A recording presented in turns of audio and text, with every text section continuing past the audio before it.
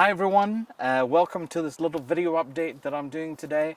I've got a whole lot of EYEPOP and Plan D related stuff to talk to you about, as well as I have some exclusive 3D conversions which have not been seen anywhere else that I'm going to share with you here today, and I'm hoping that you will like them.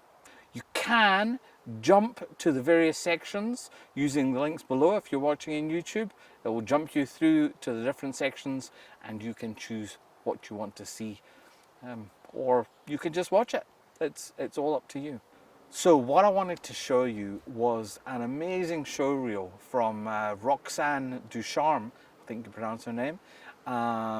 Roxanne is an AI artist who uses AI to create these absolutely surreal, amazing looking shots.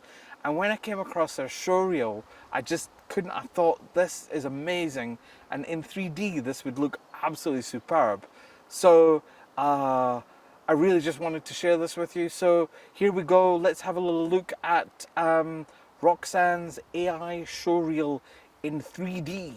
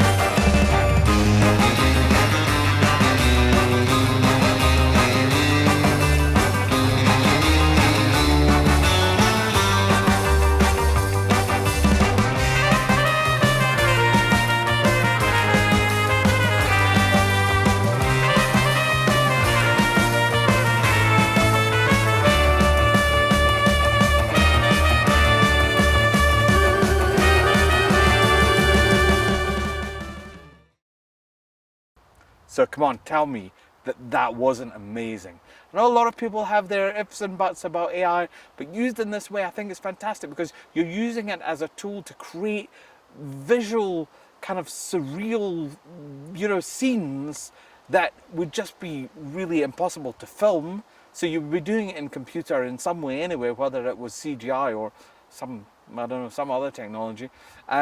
So really, this is, I think, a fantastic use of AI, and I'm unapologetic that I think AI has got some positives. So there you go. That was Roxanne Ducharme's AI showreel in 3D.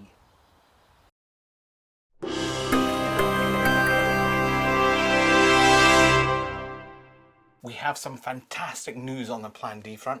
I've got 3 new titles that will be available right now. When you watch this video, you can hop over to the website and buy the digital download or the 3D Blu-ray from Kanaki. And the 3 films are, firstly, it is a film, Tormented, from 1960. Let me get it without the reflection on that. From 1960, and this stars probably one of the actors most associated with 3D in my mind, who's Richard Carlson. Now, Richard Carlson, as you will know, obviously also featured in It Came From Outer Space, Creature from the Black Lagoon, and The Maze. I mean, he is pretty much Mr. 3D, certainly in my head, from that era. Again, like many of the titles I choose to convert. This probably could be like a Twilight Zone type of story. I think I'm massively influenced by Rod Serling and Twilight Zone, so don't be surprised if, you know, almost every film you see coming from me is, you could go, that could have been an episode of Twilight Zone. Anyway, this is a really, really good film. I was amazed. I didn't know this film before, but it looks great in 3D, and it's just yeah, I think it's just a great little film. So without any further ado, let me show you the trailer for Tormented from 1960.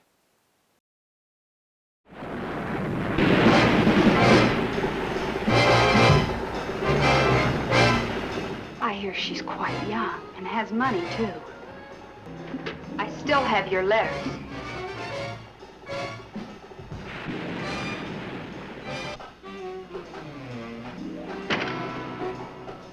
How would the piano genius of jazz feel about that kind of publicity?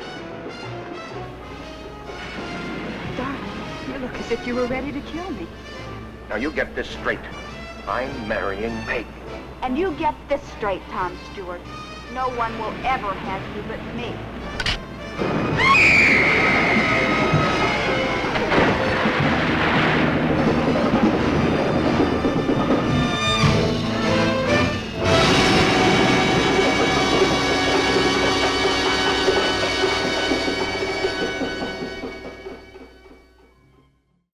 Fantastic.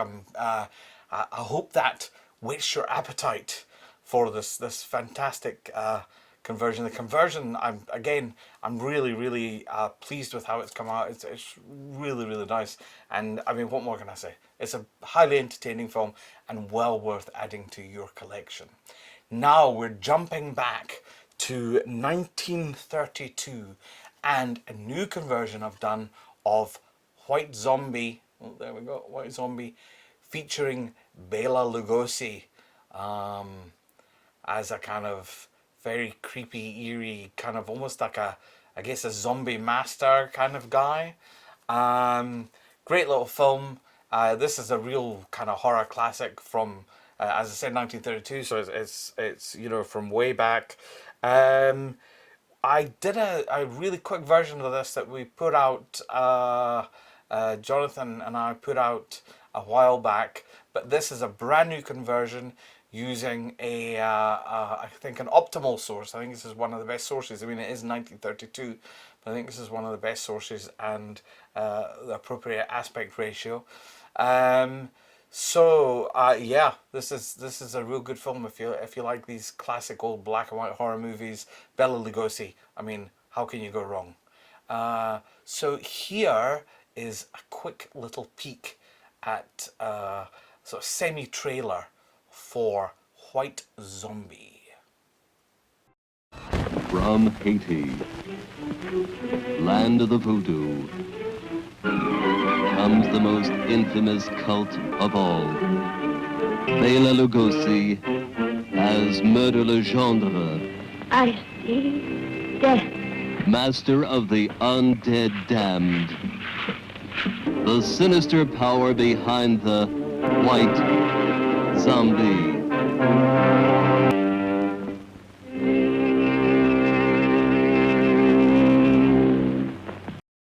Yeah, pretty spooky stuff, pretty spooky. Even for its day, I think in fact in its day it was probably pretty terrifying. Now, last but definitely not least is a title that, again, this fits into my sort of exploitation kind of series that I'm kind of working on, at least in my head.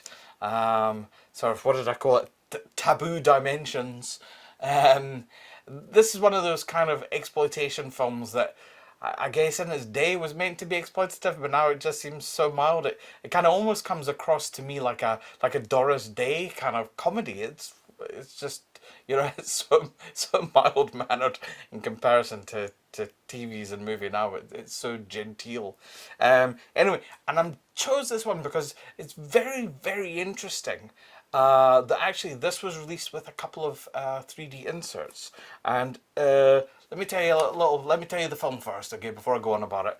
The film is called, yeah, there we go, Virgin in Hollywood, and it is from 1953.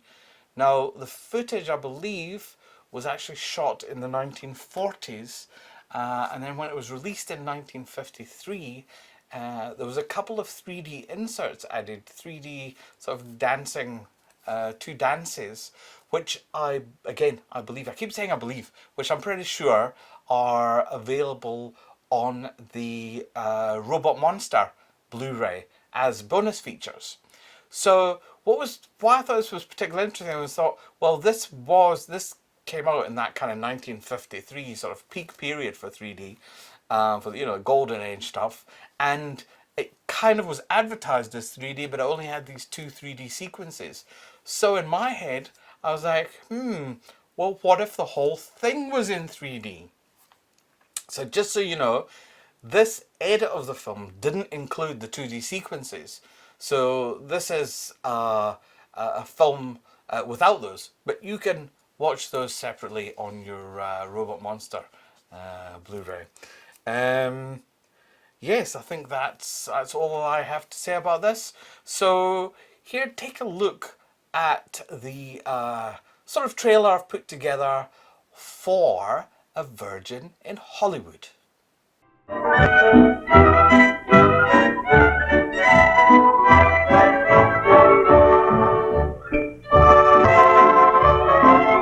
This is a true story of a small-town girl who came to the big sea. Let's her speeding along toward her dates with fate, wide-eyed with excitement. Ah, yes, I remember well this girl, then so naive and innocent, because this girl was me.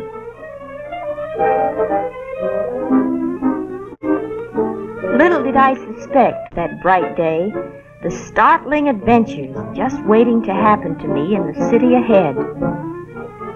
If I had known then all that would happen to me, I might have turned the car about and raced away from this place twice as fast as I was speeding toward it. But here in Hollywood, the film capital, everything seems more glamorous, more exciting, more wonderful.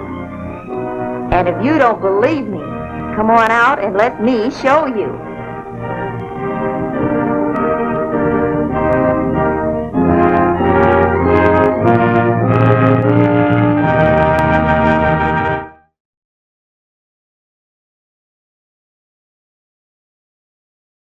So as you'll see, it's kind of light comedy. It's quite innocent and sweet, really, for all its kind of exploitation, see behind the scenes, taboo kind of nonsense. It's actually quite a sweet little comedy, and again, it's not, I think, as bad as some as it's been portrayed. It's quite an interesting little B movie, and again, fitting into that whole 3D world, I thought this was a particularly interesting one, just to add that little extra dimension to it. One other thing to mention is don't forget that Phil put out a version of Boris Karloff in The Ghoul, which is, again, another fantastic black and white horror classic. Maybe do a double bill with that and White Zombie. That'd be a fun night of classic horror. Get your popcorn bucket filled, and your old 3D glasses on, and treat yourself to maybe a double bill of horror. Anyway, let's have a little look at a clip from The Ghoul featuring Boris Karloff.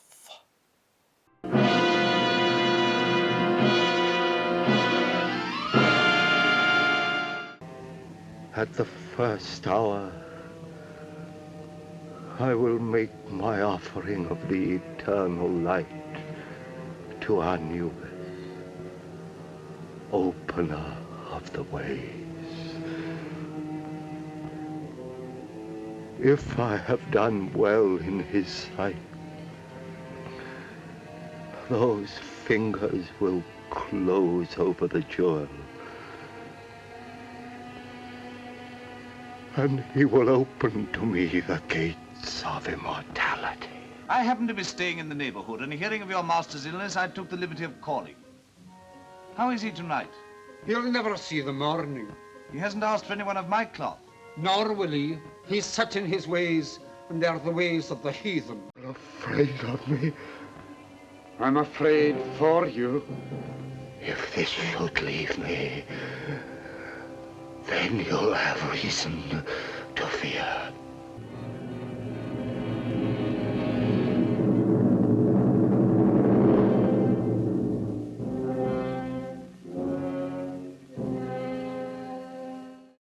So that's all for Plan D news on this occasion. So I'll hand you back to that other guy, and he can get on with whatever else it is that he has to show you.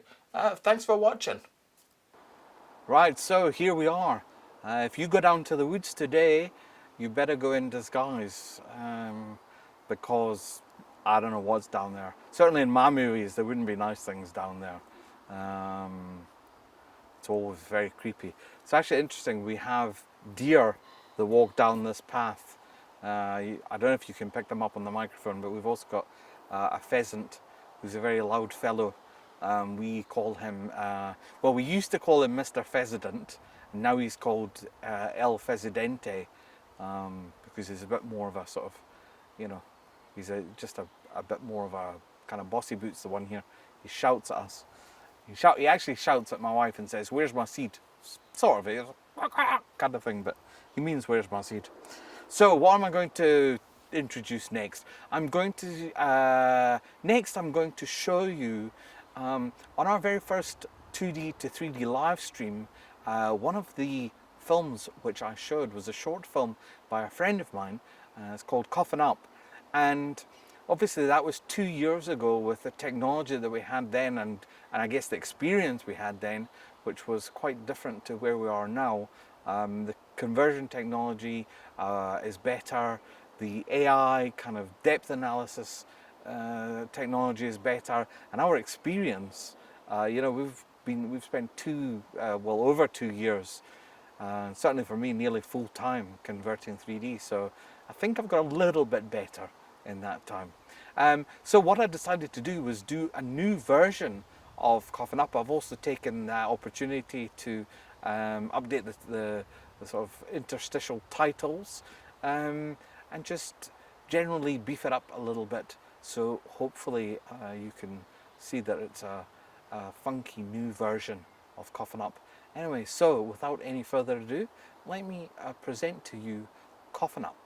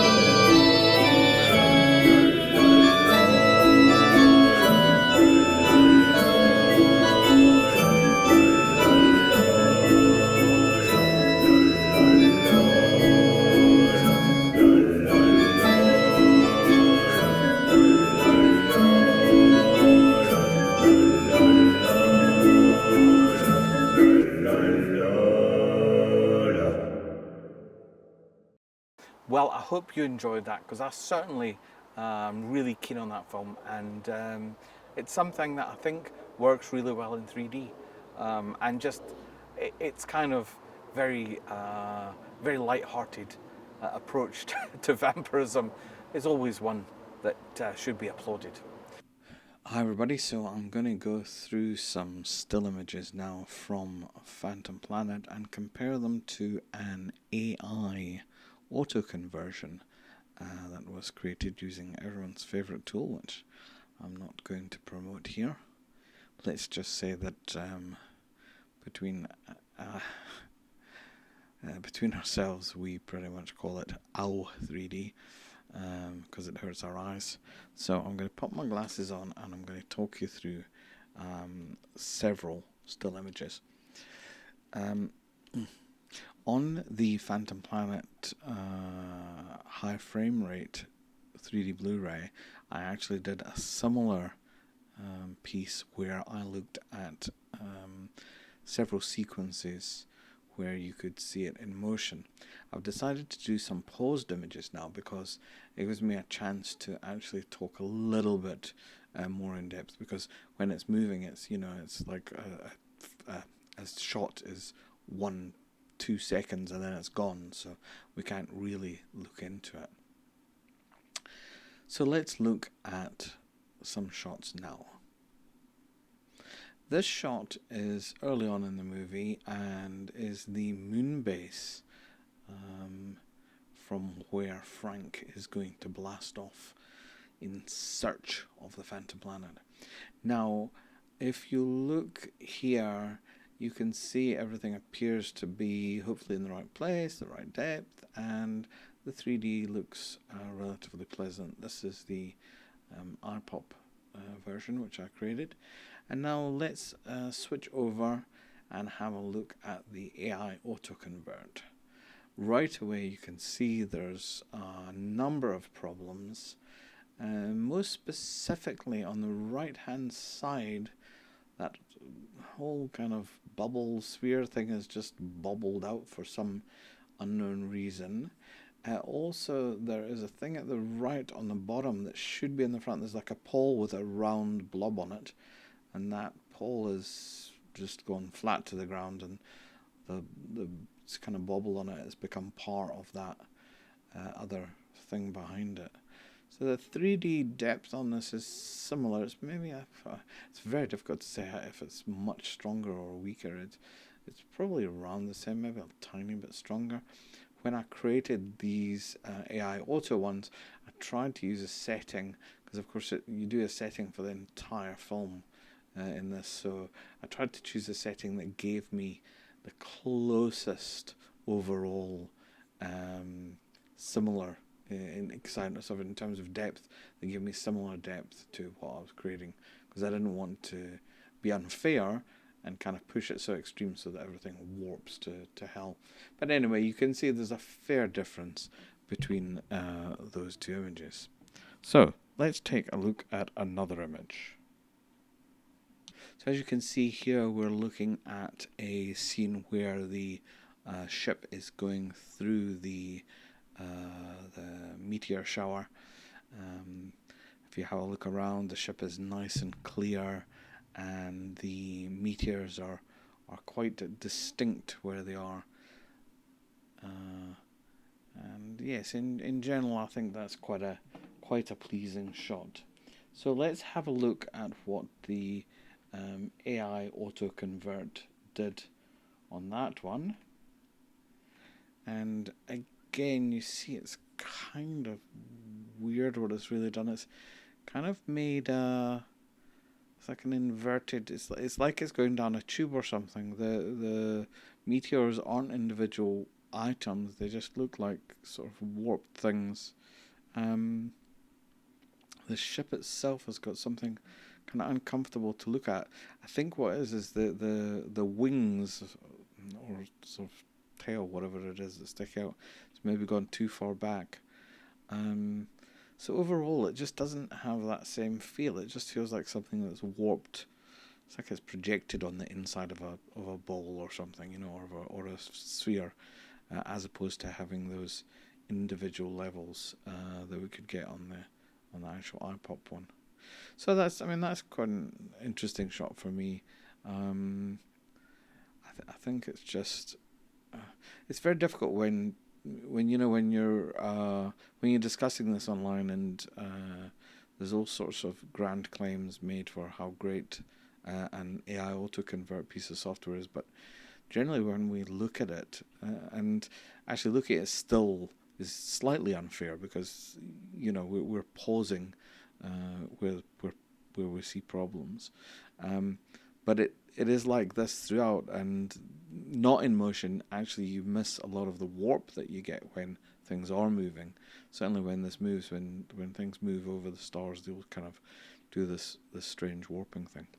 Anyway, let's take a look at another image and see what that brings for us. Okay, on this shot, we're in space, and the rocket is, I think, quite clearly defined. In a lot of cases, I actually had a lot of fun and made the ship come right out into the negative space, so it's kind of sitting right outside the screen. But in this shot, I actually thought I'll show something that's a little bit mild. It's not kind of extreme, but you can see the stars themselves have got a nice little bit of depth. The rocket looks not too bad. Looks, actually, when it's still, it looks a little bit extruded there if you're used to 3D terminology. But in general, it's a pretty decent shot. So let's have a look what the Autoconvert piece of software did to this particular image. And again, you can see it's done something very kind of weird in terms of it's warped it so that the left-hand side of the screen looks like it's sticking forward, and the right, the left bottom looks like it's sticking forward. The right top looks like it's sticking back. Most of the stars are just on that single plane, and the ship itself, I'm not quite sure what it's doing. It looks a little bit odd to me. It is sticking out, but it's sticking out along with the stars, so it's not really got that kind of interest where it would be different from the stars. The whole thing just looks like it's on a slightly flat angled plane, and it's a strange one, that. So again, I would argue that our EYEPOP one is considerably better than the Autoconvert. So the last thing we'll take a look at is the Phantom Planet title itself. We'll look at the here's the EYEPOP one, which you can see the title itself is nice and sharp and detailed and kind kind of floating above the screen. It's kind of flat. In fact, in some ways, I feel I could have done a little bit more with that. I could have kind of textured the actual Phantom Planet text itself. I've kind of left that a little bit flat. So it's sometimes, you know, you see things in hindsight and you go, this is after you've spent 3 months already on it, and you you don't really want to look at anything again. But you know, you come back to it months later and you go, I could have probably improved that. It's like one of these things. I know Phil often says, you know, we don't really finish conversions. We just kind of what's the word?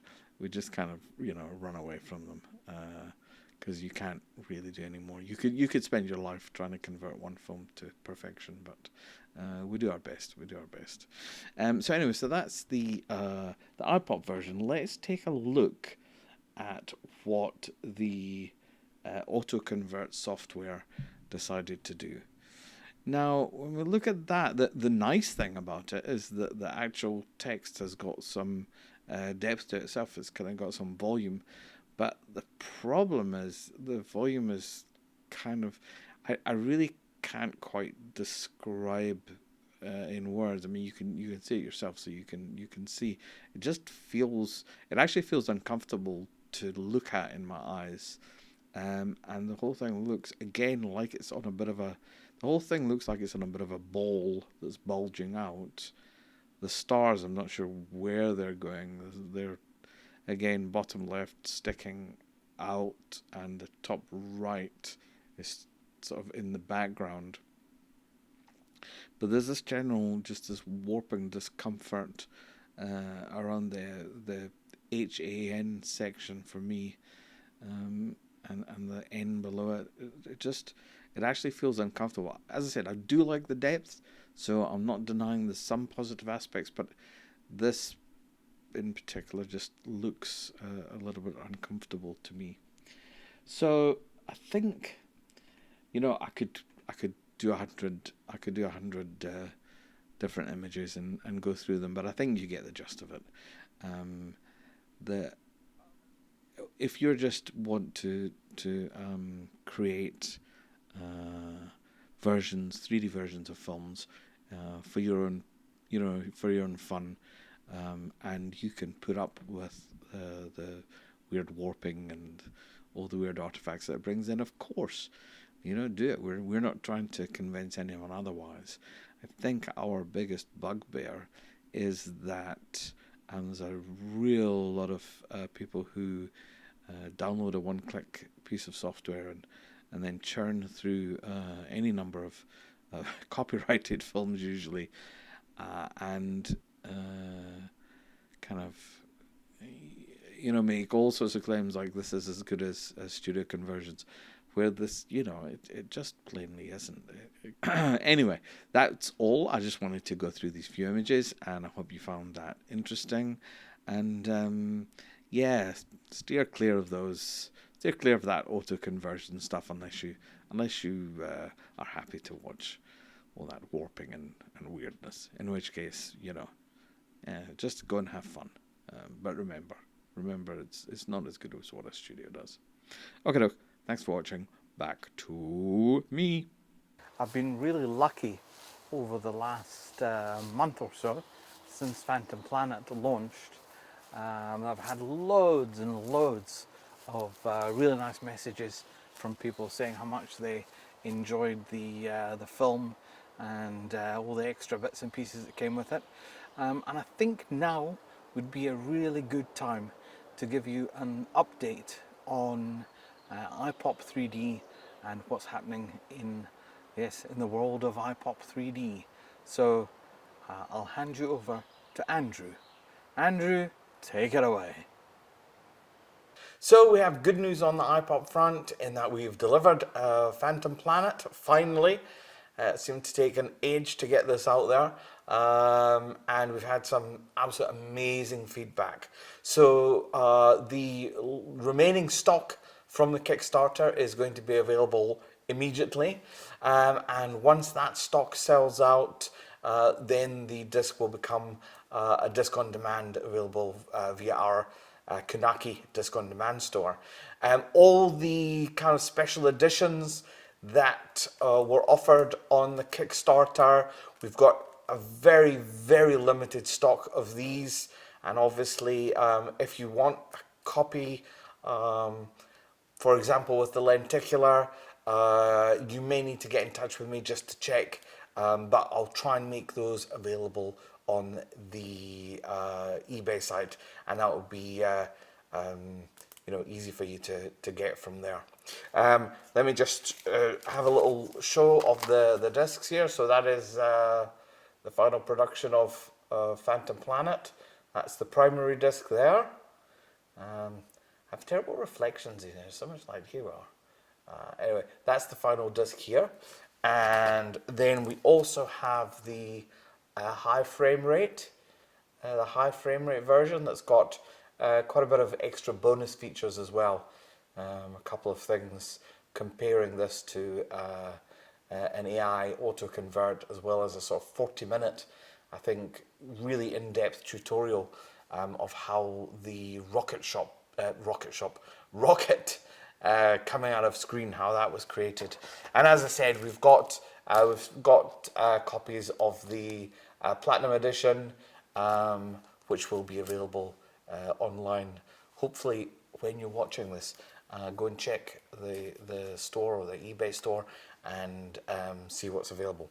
Finally, the other disc that was produced, which is technically a Plan D disc, was a compilation which featured King Dinosaur, a trip to the moon, and a couple of episodes of Radar Men from the Moon. This was effectively a Kickstarter exclusive, so we only have something like, I think, 30 copies of this, which we produce as a kind of overrun. This won't become publicly available again. We've got a different plan for the content from this. So if you want a copy of this, you're best trying to grab your copy now while stocks last. So that's Phantom Planet.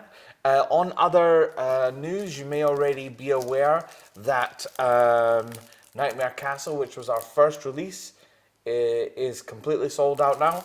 There is 0 copies of that left. And the other disc that is now becoming in short supply is House on Haunted Hill. This is a double disc 3D Blu-ray. You can find out much more about it elsewhere. And the Platinum Edition comes with a whole load of really cool stuff.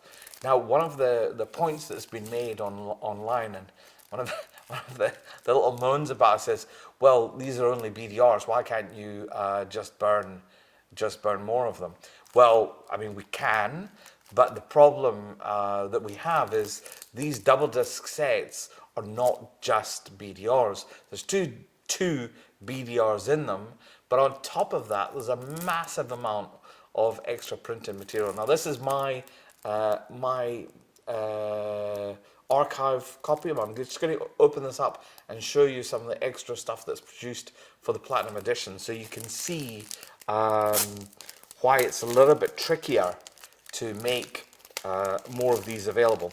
On top of that, as you'll be aware, that also the demand for this stuff has dropped. So although there may be some demand, it is so low that, you know, most of these things we have to make at least 100 units.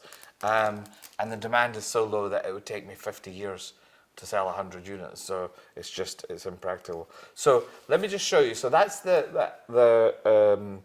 double disc set, but it comes with a slipcover. So the slipcover is a separate printed product that we have to get, produced elsewhere. Let me put these down piece by piece. The disc itself has the printed insert, which again comes from elsewhere. 3D glasses, which we have to either provide or insert ourselves. And being a double disc, it means we can't get it produced somewhere like Kanaki because they only offer a single disc. On top of that, excuse me while I pick this up. On top of that, we have our trading card that we have done with all the EYEPOP releases. So this little trading card with some kind of fun facts on the back. We have a set of kind of mocked up lobby style cards. These ones are anaglyph, and they have a nice anaglyph design on the back, on the reverse. And finally on this one, we also have a promotional radio spot CD, which is really funky. So these are promotional radio spots to advertise a house on Haunted Hill. So you can see it's not really practical for us to just go, well, just produce another 100 discs. We can do it, but if not enough people are buying them, then we're just going to end up with an excess of stock that really, we're not set up to kind of cope with that kind of thing. So when I say something is limited, I'm only meaning in just terms of practical reasons. Once the stock is run out, my agreement with Alex, who created this conversion, is that the copyright will then revert back to him as an individual, and it will really be up to Alex as to whether he wants to put the effort into put the disc out again as a single disc, maybe on Kanaki or something like that. It's really up to the individual who created the conversion. So hopefully that clarifies just a little bit of, maybe the shenanigans or the stuff that goes on.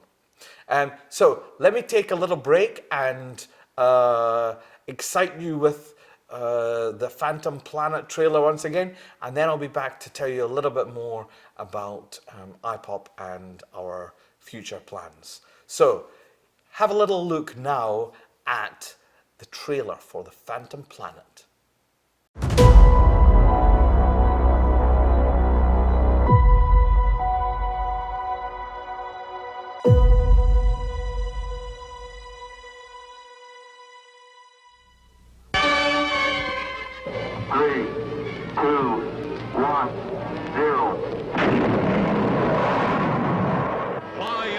Ship of the future, 350,000 miles up. Explore limitless space with the world's greatest astronauts. Pegasus 4 to Lunar Base 1. We're entering a heavy magnetic field. Take part in the terrifying search for the Phantom Planet. Battle an army of deadly meteors. See daredevil men repair their ship on the edge of eternity. Vital feed lines hit. Air cut off. My ship is being drawn toward an asteroid. Instruments completely out of operation. I'm going to try to land. I don't think I'll make it. See the first man land on the Phantom Planet.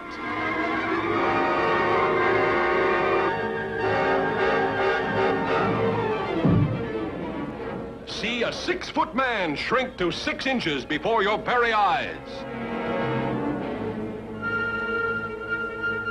Introducing Dolores Faith as Zetha, the girl from outer space, whose beauty secrets are wrested from the cosmic rays of the Milky Way. Discover the atomic mysteries of the universe.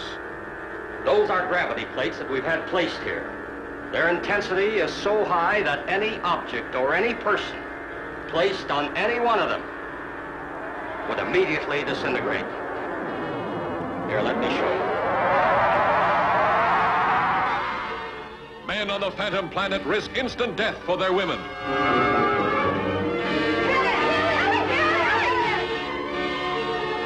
The appalling warfare of other worlds.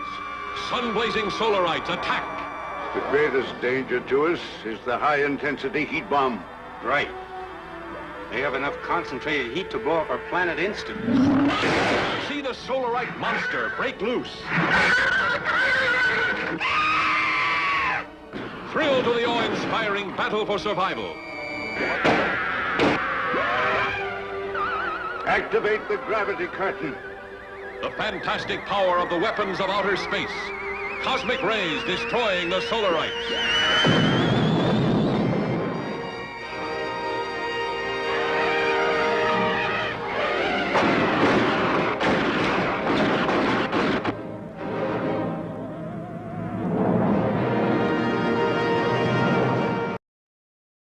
So if that doesn't convince you to buy this film and that our conversions are actually worth having, I literally don't think anything could. We've had such phenomenal reviews for this.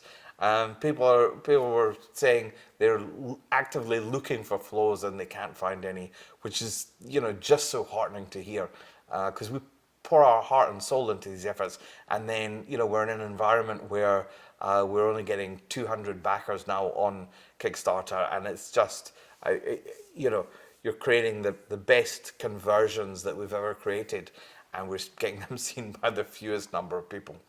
Which kind of brings us on to what's happening with EYEPOP. So I did a blog post, remember a couple of weeks back, saying, well, you know, things have been in a bit of a decline, so it doesn't seem that it's really viable for us to produce these I guess, massively long-winded conversions. So something like Find the Plan, let's use that as the example, the conversion itself probably took about 3 to 4 months, which, you know, in comparison to our earlier films is good, but I mean, it's leagues ahead as well. And then we've got another month of, well, it was 40 days this time of running a Kickstarter, and then we've got about another month afterwards of sorting out production and then distribution. So all in all, you're talking something like 6 months to release one of these films, and to then only have 200 people backing it, just, you know, without us being harsh on it, it just doesn't really make sense. It's an awful lot of effort for a very, very limited number of sales. So effectively, we've got this kind of conundrum where our curve, our backer curve, which you can see is kind of just on a constant decline. You know, we've had some suggestions like if we try title X or title Y. I don't think this is about an individual title. If you look at this, this is a graph that's run over 2 years, and it's just on a consistent downward trend. And we peaked with House on Haunted Hill, where we were over 500 backers, and now we're, you know, down around about the 200 mark. So it's just, you know, it is as they say what it is. There's not a lot more we can do about it. People know we exist. People have seen the conversions. People have backed us. But if people don't aren't interested in buying the product, there's very little point making it. What it means is we won't be doing these huge 6-month long things, but we will still be doing Plan D discs, and we can produce those quicker, and we don't do the big Kickstarter campaign, we don't do all the associated kind of print stuff, so we can get those out quicker and effectively cheaper.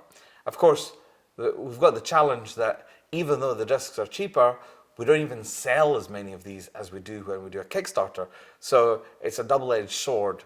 So again, a lot of this, the longevity of this really depends on whether the 3D community wants to buy any more of this or not. You know, I've always thought, well, if we can't convince 3D fans, you know, 3D enthusiasts on Facebook and other forums, if we can't convince the 3D enthusiasts to buy this product, then, you know, how would we convince anyone else? I don't think we should look at this in a bad way. This was an experiment to see if an individual or a small group of people could convert a whole feature film using the latest technology. And I think we've proved it. I think we've actually exceeded our own expectations in what we've managed to achieve with the effort. And of course, the enthusiasm and the positive kind of feedback that we've had from much of the 3D community really, really helps. It's kind of really got us through. So as an experiment, it's been successful. We've done it. We've proved it. The experiment was never to see if we could set up a business. I've run a business before, so, you know, it was more doing something with an area that I'm particularly interested in, and seeing if there was if we could do stuff. So as I said, Plan D will continue. There's not really much more we can do to convince people to purchase stuff. There's literally so many reasons given why people don't want to buy our discs, and I don't have the energy to go and argue with every single person that doesn't, you know, don't like BDRs, or they don't like the design of the cover, or I'm trying to think if I wrote any more down. You know, there's endless. They don't like conversions at all. They don't like conversions that aren't, you know, done by the studio. So anyway, look, there's nothing really more I can do to convince people. Hopefully, we'll be able to continue. And certainly, I've got at least like half a dozen Plan D titles that I've been working on, because I start one and then come back to it. So there's a few in the pipeline, and I think Alex and Phil, although they'll be doing stuff slower, I think I believe and I hope that they'll you know, still be doing a Plan D disc here and there. No, I think that's everything on EYEPOP. If you have any questions or anything, yeah, please do get in touch. And I'll maybe leave you, seeing as we were talking earlier about House on Haunted Hill. We have, I think, 15 copies available in America, I believe, because I had extra stock here, so I've shipped some across America. So I think we've still got 15 copies left in America. If you'd like a copy, do head over to EYEPOP-3D.com and look at our store there. We've got all our Plan D titles and all our EYEPOP titles that are available. You can jump to the various links from there. So let me end this EYEPOP section with the trailer from House on Haunted Hill. Fantastic conversion by Alex. And this is your last chance to get a hold of the double disc platinum edition with all the stuff I showed you. 15 copies left. Grab one while you can. Hit that House on Haunted Hill.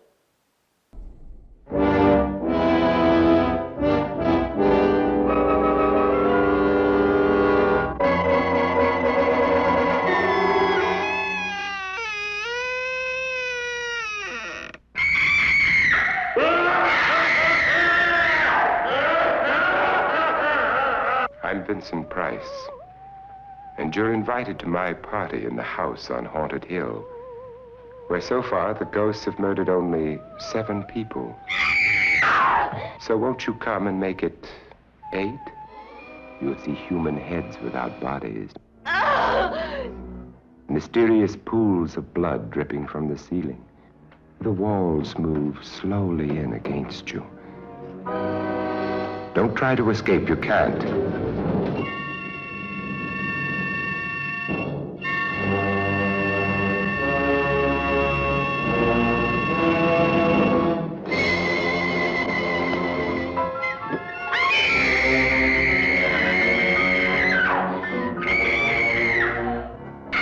You ready, dear? No. Are you ready, dear? Yes, damn you.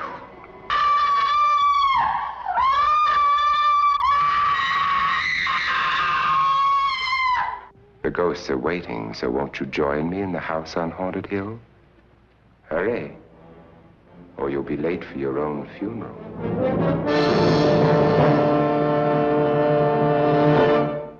So yeah, hopefully you enjoyed that. That's looking really great. And we've got even more for you. Just when you thought there was no more, there is more. Trust me, we can just keep this coming. I wanted to play one of my own little pieces. Now this is really native 3D because it's not converted.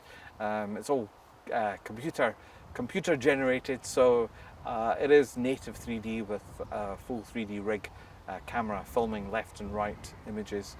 And this is the shortcut version that I produced of Pop-Out Party, which I produced for a screening earlier in the year. And I thought I'd really like to share this with you because it ties in to the availability of Phantom Planet. This is part of my Pop That trilogy, where I really did work hard to create pop-outs and screen breaks that would be really, really entertaining. And the pop-outs in this are really extreme. So be prepared to have fun and join in the 3D pop-out party short edit. Take it away.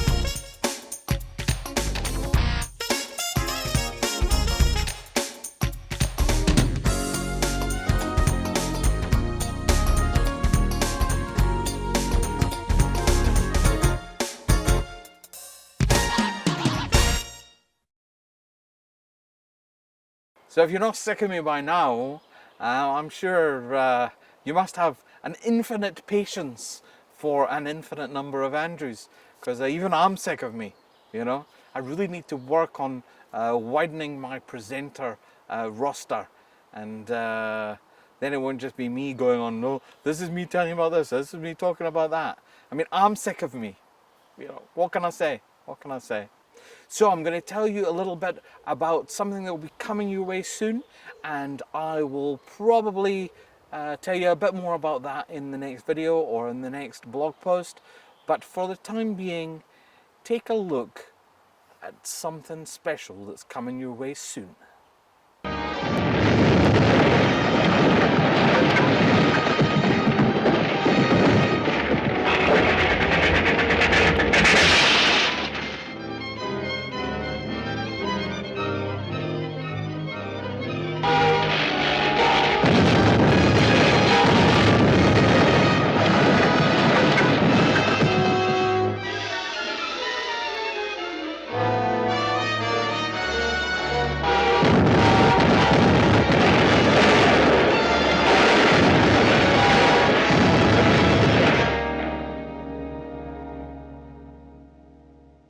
The continued wave of death-dealing explosions struck yesterday at Area Defense Headquarters. As in previous occasions, the authorities are unable to detect the cause of these blasts, which have done untold damage. Who could possibly be doing this? Well, there are several theories, Joan. But so far, no one is even sure what kind of explosives are being used or how they're set off. The loss of the ray gun is not too serious. I brought sufficient equipment from the moon to build several of them. But I do not care to have the Earth people learn the secrets of our weapons.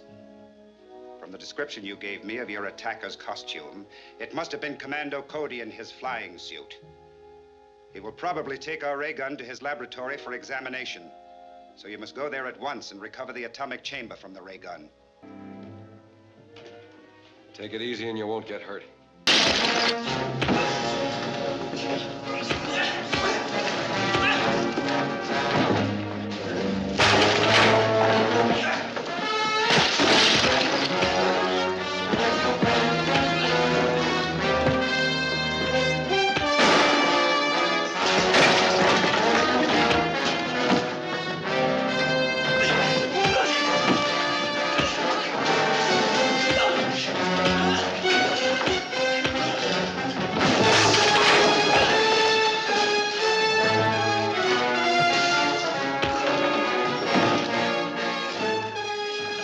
Well, that's it for this video. Thank you very much for watching. And again, I know I say it a lot, but I really mean it. Thank you to everyone who's supported us, everyone who's backed us, everyone who sends all the really nice comments, does the lovely reviews. It all means so much to us. I know that I speak for all three of us, for Alex, Phil and myself, when we read those really positive things that are written about our work. You know, it makes it all worthwhile, and we really do appreciate you giving us a chance to entertain you. And just as I say that, the sun's coming out, it's looking all wonderful, so the perfect time for me to go and get a coffee. Thank you again for watching, and I will see you next time. I'm Andrew Murchie. Believe it or not, I'm Andrew Murchie. Goodbye.